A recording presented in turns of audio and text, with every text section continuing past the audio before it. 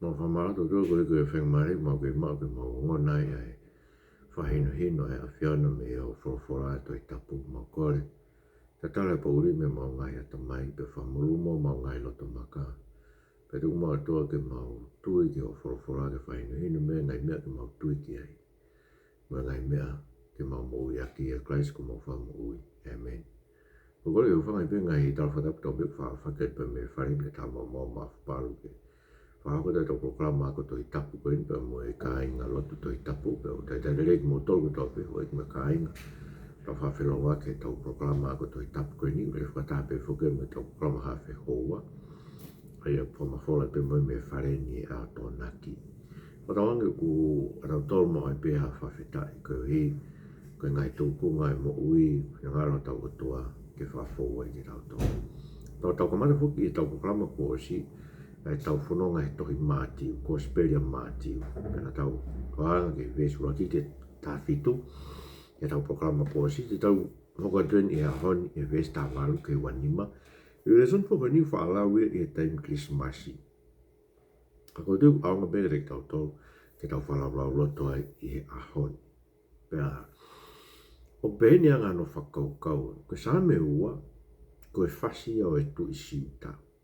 Ega sa me ua ko mataki ko ha fute ngai pure anga be whakakau mu no ngai matakari be tu mai ngai tu i mo ho e ki o mama ni o nau pure aki a si hova mo ne misa ia be ko ne pani ana nau be he tau mutu he na ngai aki nau tau li aki na ngai kafa. Pe ako le sa me tala mai ku kata pe o tu ai ko a fi ilan ku he ko whamatala fu wanga tu whamama ni lah. O ke to ke me me ko ko ahoni. Sa me wa ko ko sa me ure mai ke tu ku ngo tau no fa ahoni. Tau sia fe tu ko to pe mama ni o we fu anga tu we. Pe fe nga ke tu usi tau tau me o tua mo ne pani e na ngai ka fa ko tu ska na ngai ka fa ko for tua o mai ke hai ki tau tau ke tek na wa. An ko tu si hai ngai si tau te fitu ngai me ko ne ko fa so to mama ngai me pe ai ka koe fuanga tūgo ia. Ka tarika o toa ki ai u katape. Katape wa whiri langi pe he ne hou hau ne haike nau i whiu bandok wholofola ia ki ai. Pantahangi rewa nau tau. Ka same wape. Ka ko fotu e au e kutu i a aku. Isa ione ko kumonga tapu. Aia koe tarika o toa ki tūku ngoku ia mama ni ahoni. Ai whenga kai ko toa pe ke fotu ngai punganga tai whakautua.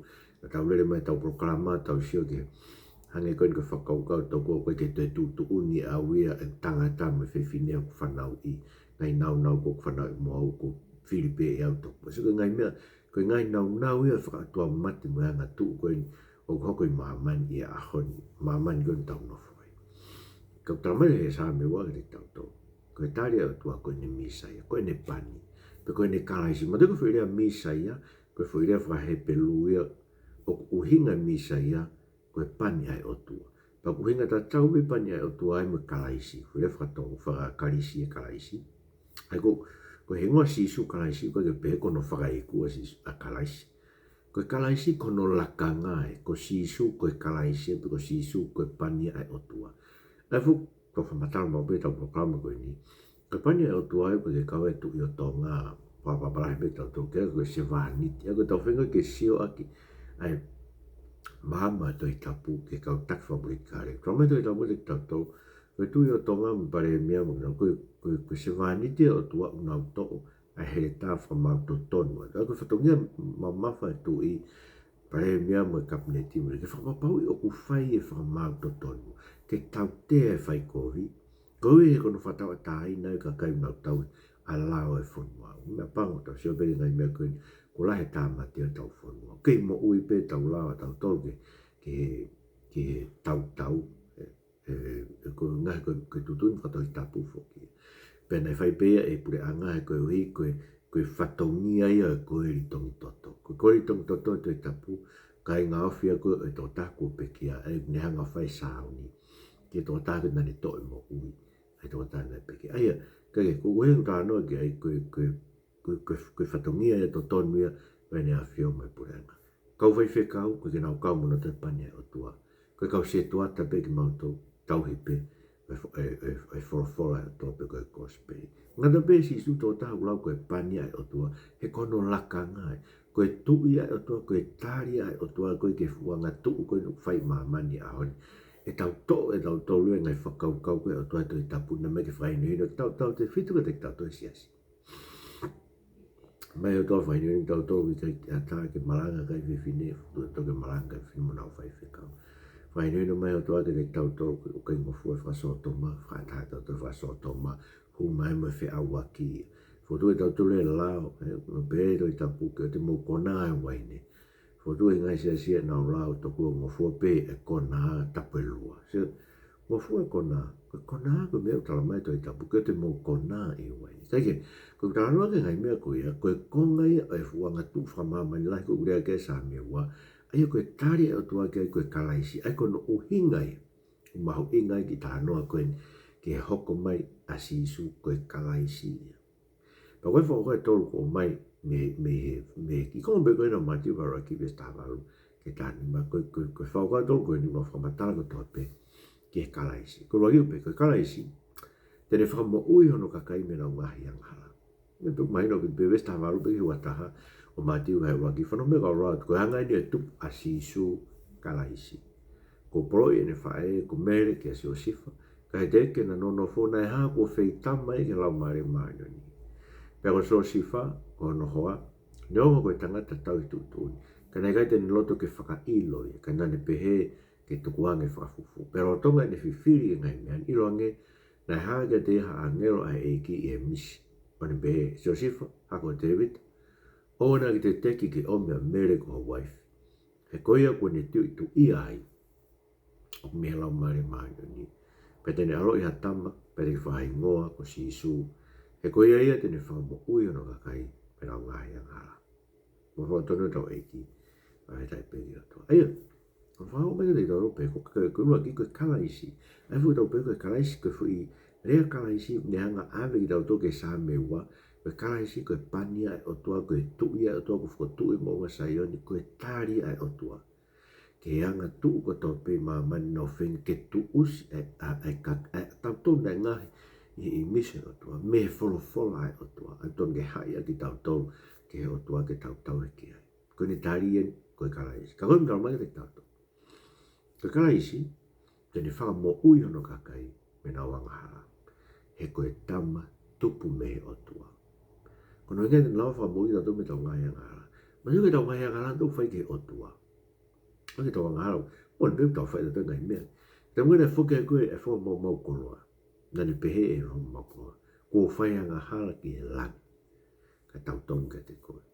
Koe te uke tāua. Ai koe, tau tōko tau ilo tau ngai angahara. Tau tōko whakatau mala me tau ngai angahara.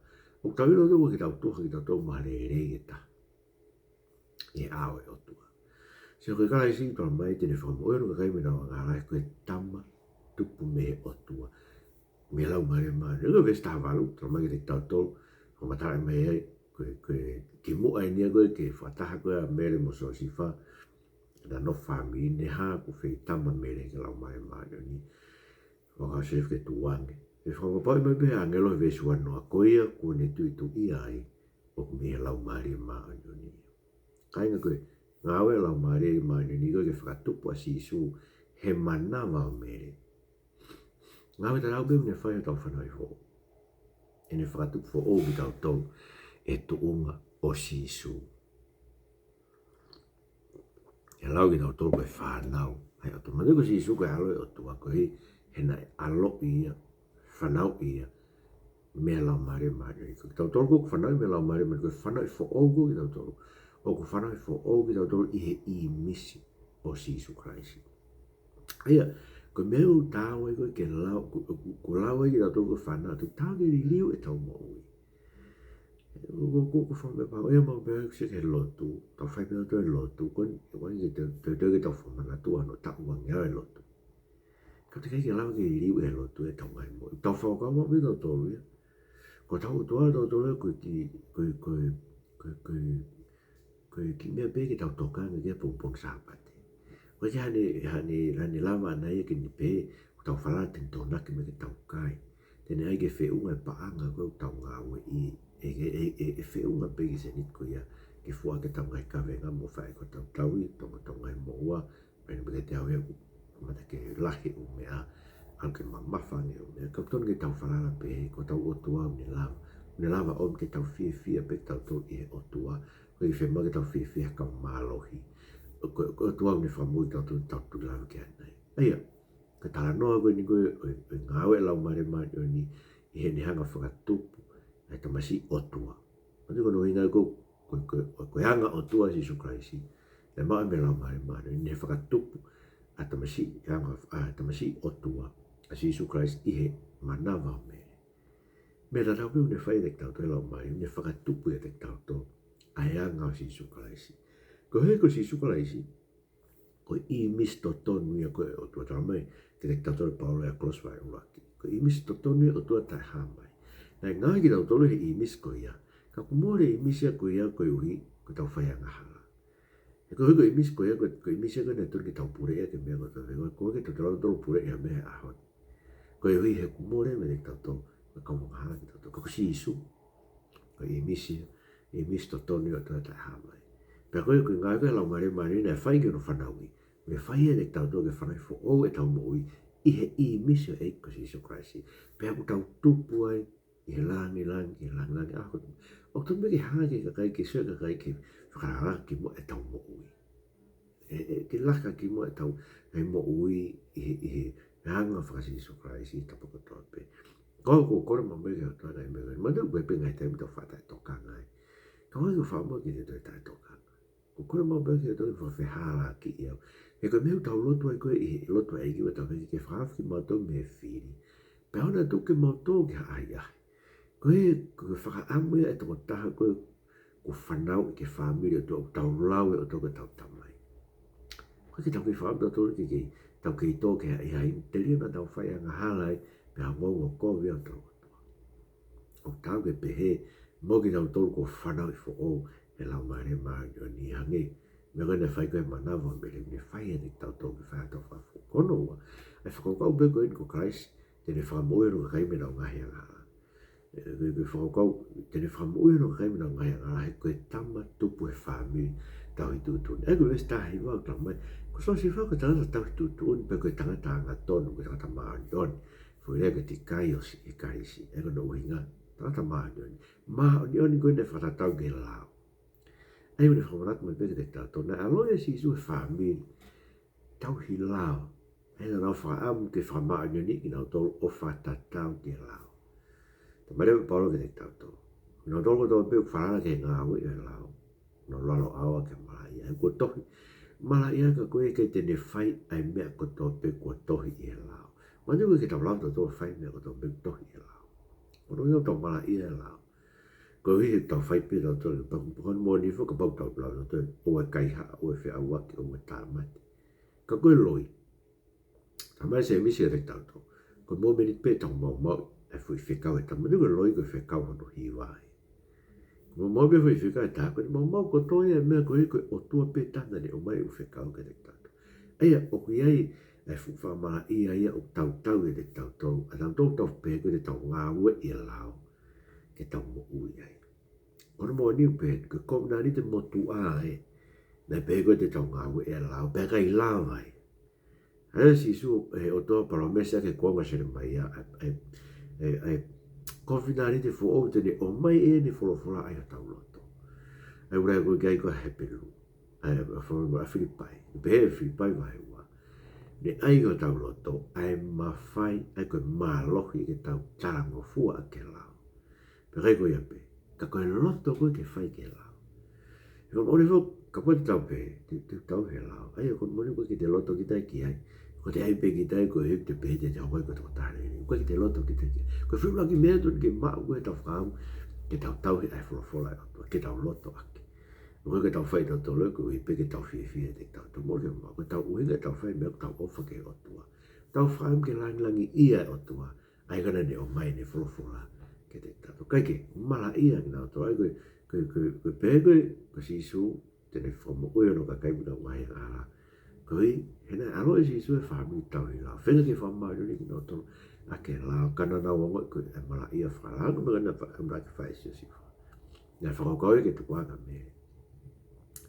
Ka whawita e hanga a nge lo tauwhi. Ka ko uhelu tānoa, ka whamini no whinge whamari. Tome e karetia vai whātira, na alo e si su e whewhine, lalo aoa ke lao. Aia, na hao mo si su ia, o lalo aoa o tukulolo ke lao. Kena heke a whemau fuke, manu e ko si su e ko ne mo uiana ke gani hangala. Koe lao ne whakailo mai hangala. Ka hanga he ko mega ne uinga tukulolo ko si su ke lao. Koe ui ke lave ke te mala ia whakalao. Ke alo tutuki ne tutuki e ke korosi.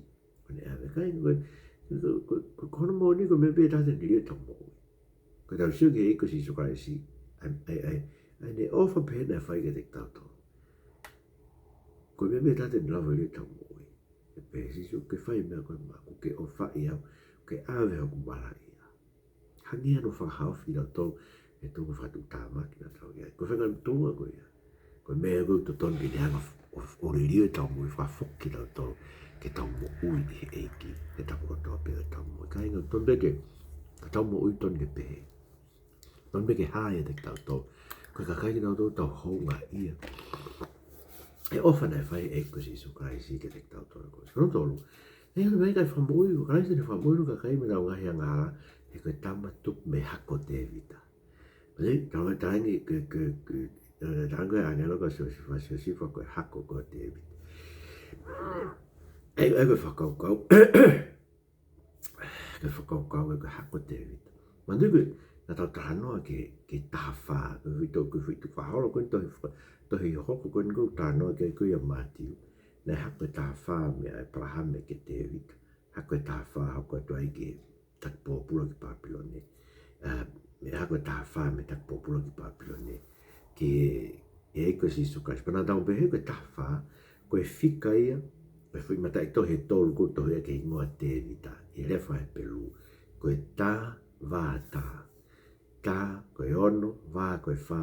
Tā, koe eko tāwha ai. Ka ko pehe koe tāwha koe ngai tok tangata koe o koe si su Kalaisi. Mai lau te tautou. Tau upure e whanonga e historia ia. Pure e whanonga e historia. Palo mesi kuna whae e otua ke te vita. Ko palo mesi kuna whae e otua ke te vita. Ko palo mesi pure anga e otua. Ko pure anga, ko hako, e nofo ia i o taloni, e tu o taloni o taingata. Pe te uranga e au honofo. Ho whare. E ko sa miro vai fitu e stafa ke tāno. Hoge, koe mahu inga ia mea koe talanoa koe pure anga taingata. Hako te vita. So sifa koe hako te vita. E laure wa si isu koe hako ia te vita. Koe hei neo koe koe tamai to tonua si o sifa. Ka koe hei koe to taina lau koe ne tamai. Pure historia e paromesi o te vita. Ai koe paromesi o te vita no wafumbala peke ai. O koe ai tala noi a se mai vai tau tolu e sua nome wa ta pe o tua. Ka toki mau i e paromesi koe e ku kominani te kau whai ke aho me po uri. Ke omi aho hono taimi to ton, pau omi po uri no taimi to ton, ke na hoko hoko. Ai koe poni. Koe whakakakato e paromesi o tua ke po uri. Ko au, paromesi o tua ke aho tene omi aho o ka hiri e po uri. Pere me o tua, ka toki mau i hata e paromesi ko ia. Pere mau i paromesi ka te vita. Ai kono, ai e taha. Ko kwango whakatomilea e whimea koe au pe. Uhinga e o tua. E whanonga pe po uri mo e aho. Kai oua, ko whakakakato e pure anga o te vita. Pako pure anga o te vita na tau tano mau pegai ko si whakanofo e ko si su Kalaisi ia. Ko nofo ke toma tau e tamai. Ko e talonia ko te vita. Mahino ke pita ni marango e apente ko si. Ko e uhinga ia ko e whakaukau ke talonia te vita. Nofo ke e ko si su Kalaisi. Pako ki tau tolu reu. Tau mai e pelu e tahawa. Ko tau tolu e pure anga ko ia. Tau maa tau pure anga ko ia. Ko e hano ina. Ko he ko tau, ko omi ki tau tolu he o tua whakakau ki hono whare, ko no siasi, ko siasi hono ngai uraki foha, tohi o nau hingo, ai tohi o mo ui i he langi. Sio, e mahu inga e tala no, paromesi na whai ka te vita, paromesi na whai te vita, paromesi pure anga e tu o taingata. Tau whawapeo tau pure anga tonga, ki tu o tau pure anga tonga tu taingata. Pure anga Trump, pure anga President Xi, pure anga Putin, kāto ngai pure anga mamani e ospe. Ngata e pure anga te vita ka pure anga e tu o taingata. Pea koe tau kau ki ai. Hawe tau ngahi anga hala. Whamunu ia i ato e munu ia ko e pramena tau rau ke ko ngai vai tolu e sta hau tala mai ko tala afu kana whai kai prame monu ia i te koe senes vai tau e stolu e monu ia te koe ngai whamiri ko tope tala mai me maranga pita koe senes vai tolu ia ngau vai tolu ko hau ene ne whatu e tu ai ko Jesu Christ me pekia na whekau mai ke hau whakatafok ki tau tau me tau ngai kovi ke otoa sio koe ngau ia koe puranga koe ni ko monu ia mranga koe ngire whakatafok ki tau tau me tau ngai koe to whaamda tolu e mahal ke mafu koloa ko paro meska to ke fa ko fa ta foku yo to me tau ngai ko vi o ha tanga I kai ko fu bonu ia la ia ko ia tau mo I tai ngata no fa ta foku to me tau ngai ko ko u hinga ko tau to ai ke heri ko I kai ke tau ta foku me tau ngai ko ta mai de tau to ke tau to ta foku me tau ngai ko kai o wa ko ha ji su kai so fa ta foku tau to le fa ka wa yo ke pure anga tai ngata ko no te ta ko no hinga I te ne lava I ke fa mo le tau ngai he uneanga whama no ni ki tau tau whakakau ki tau tau ke pre anga o tau ne whakatafoki ki tau tau pe tau ngai ko mea o lewa ki koma me koe ni whakakau koe kalaisi te whamoero ngā kai mera ngai ngā pe koe kalaisi te whamoero ngā kai mera ngai ngā he koe tama e ngā oe mai e ki ke whamoe ko hinga hinga sisu ko hinga ne tange a ngā whaingo ko sisu ko whakakarisi ko whakahepe lu ko Yeshua pe ko sosiua o hinga sosiua ko e ki tene whamo ko kosperia ai ko hingo pe sisu ko kosperia pe ko hinga ko pe ko ngai vai whawe stawa ko ki te ia hingo I mamani tutuni ke tau mo I ko hingo pe sisu he ko no hingo ai ko e ki tene whai ho tau whamo ko kosperia ko tau tolu ko tau lakanga he lotu ko tau ngāue ko tau whenga se he ko meo tau me ko paula ko te tau tau loma mai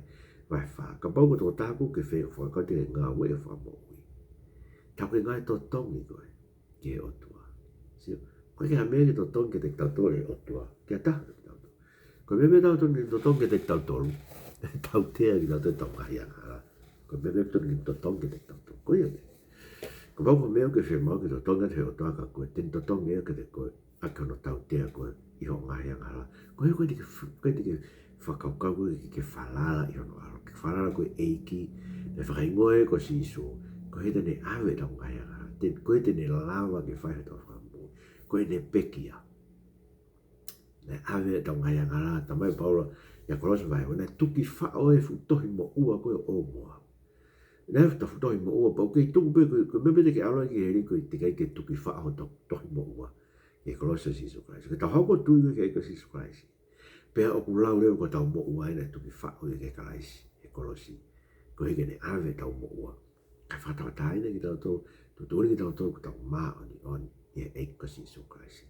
Aia, ko hinga I ko no whaingoe ko sisu, ko he hau me he, ko tamai he, ne whatu, e lau mare maa ni, whanau I tau tau lau mare maa ni, ne hanga whafo o e tau mo ua ai.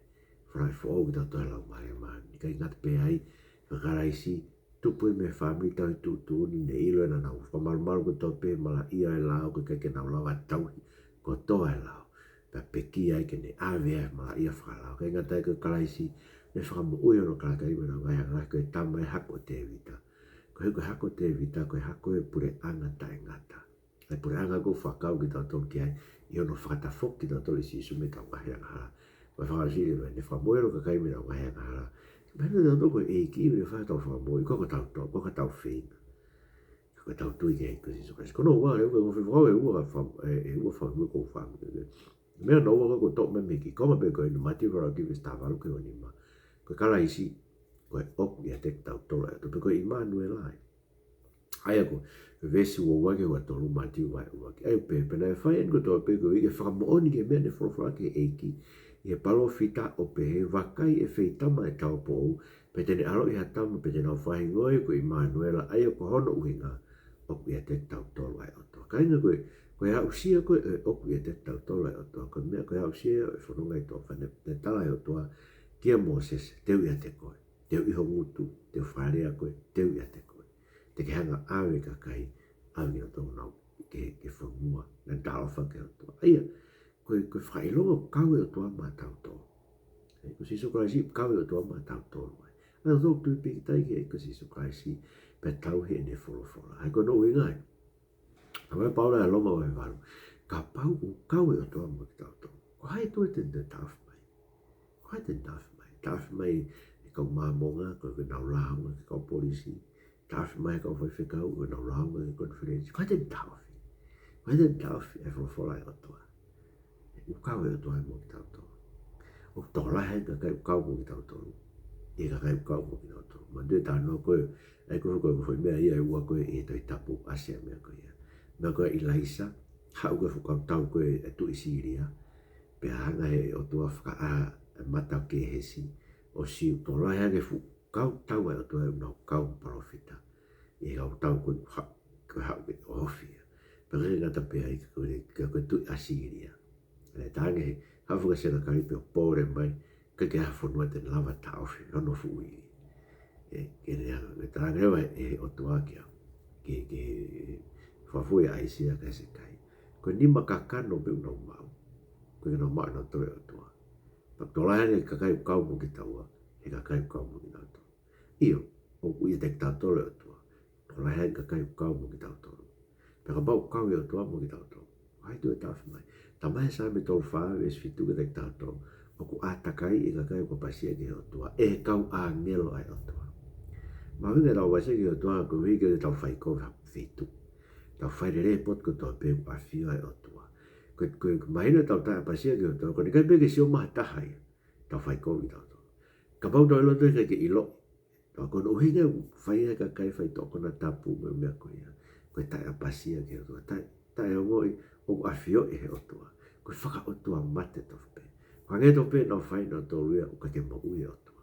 Aia, koe mea panga ku hake whakatau Matiu tau whanua e a honi. He tau sia ke mea kone whai toko na tapu. Mahino ke te tau tau. Ai mo ui e tae pasia o tua. Koe whao si eo. Whakau whaasko ko wham ke tō maheni a ia Matiu vai roki ves ta walu ke wanua pe.